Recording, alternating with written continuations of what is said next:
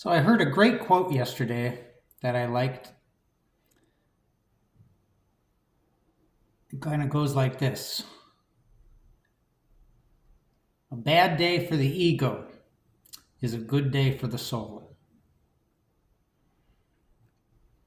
I've been doing these videos now since the beginning of Lent.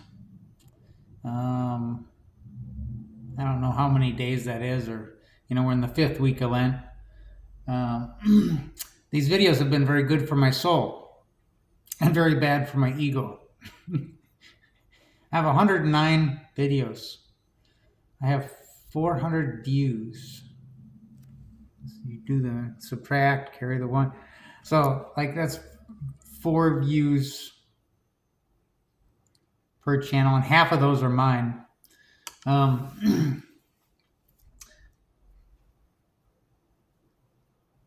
I've been thinking a lot about, the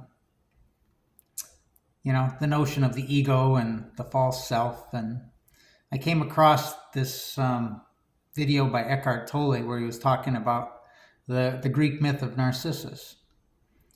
And, how Narcissus, it was before there were mirrors and selfie sticks and YouTube. But Narcissus falls in love with his image that he sees in the river or the lake.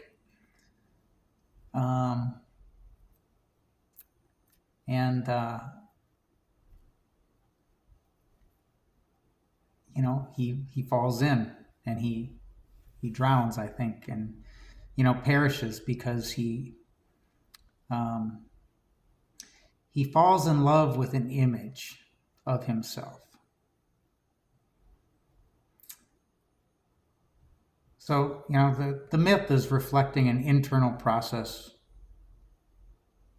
the relationship that we have with the ego, with the false self. We tend to identify with the false self. We love the false self. We protect this false self.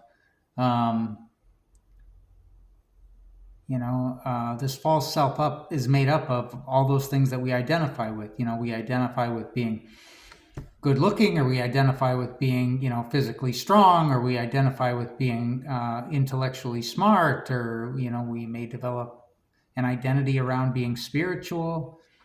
And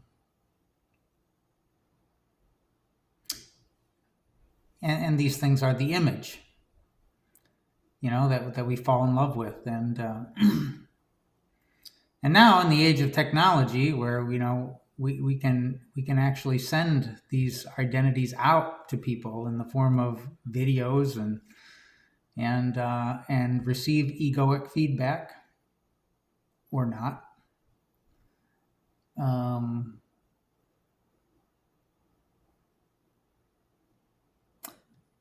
It's just a very interesting age.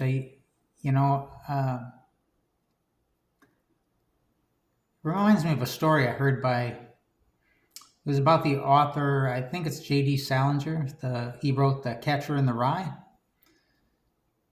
And I don't know if it's true or, if it's just something I heard, but I heard that at some point in his career, he refused to publish anything he wrote. But instead, he kept it in a vault to be published after he died. Because, and quite some time after he died, I don't think the vault is open yet, because, he didn't want egoic feedback to contaminate his writing. He wanted to produce art for art's sake. He wanted it to be pure. He didn't want to be motivated by criticism or praise. One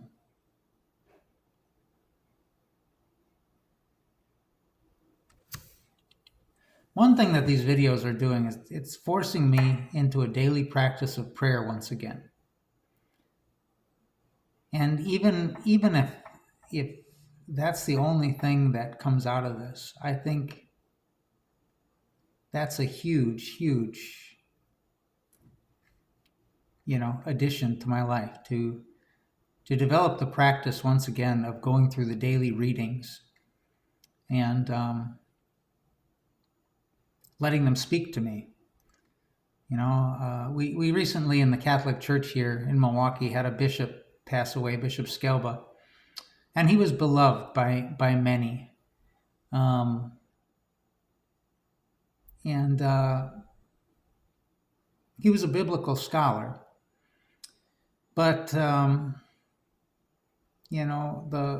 Father Joe Juknialis, who gave the homily at his funeral, and they were good friends, talked about how he didn't study Scripture. He loved Scripture. He had a relationship with the readings of the day. And he would begin every day with a cup of coffee and 45 minutes going over the readings, letting the readings speak to him. And, most people who knew Bishop Skelba,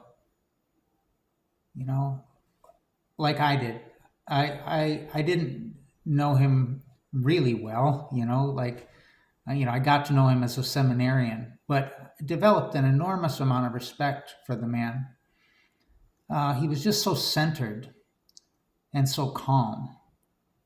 And it was evident that he was tapping into a power greater than himself. Not all people that I've met in the church are like that. Not all bishops that I've met are like that. Not all priests or religious or lay spiritual leaders. You get the sense that they are centered in something that's stable.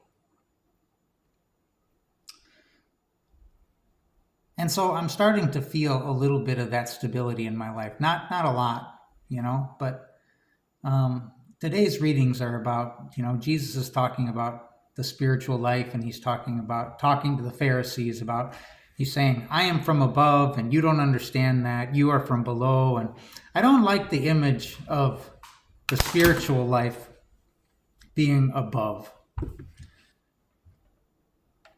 Sorry, Jesus. I don't like your image.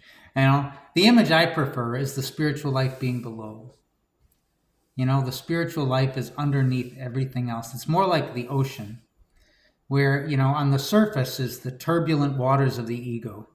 It's the storms, it's the passing emotions, it's everything that's transient is on the surface. And then when you go beneath the surface, it's calm. No matter what's happening on the surface.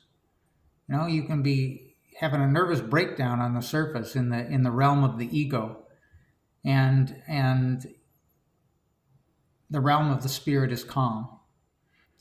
And tapping into that on a daily basis, tapping into that calm, into that centeredness, has been a good experience.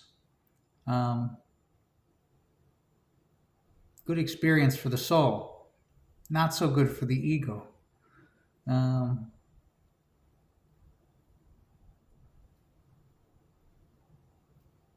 See you tomorrow.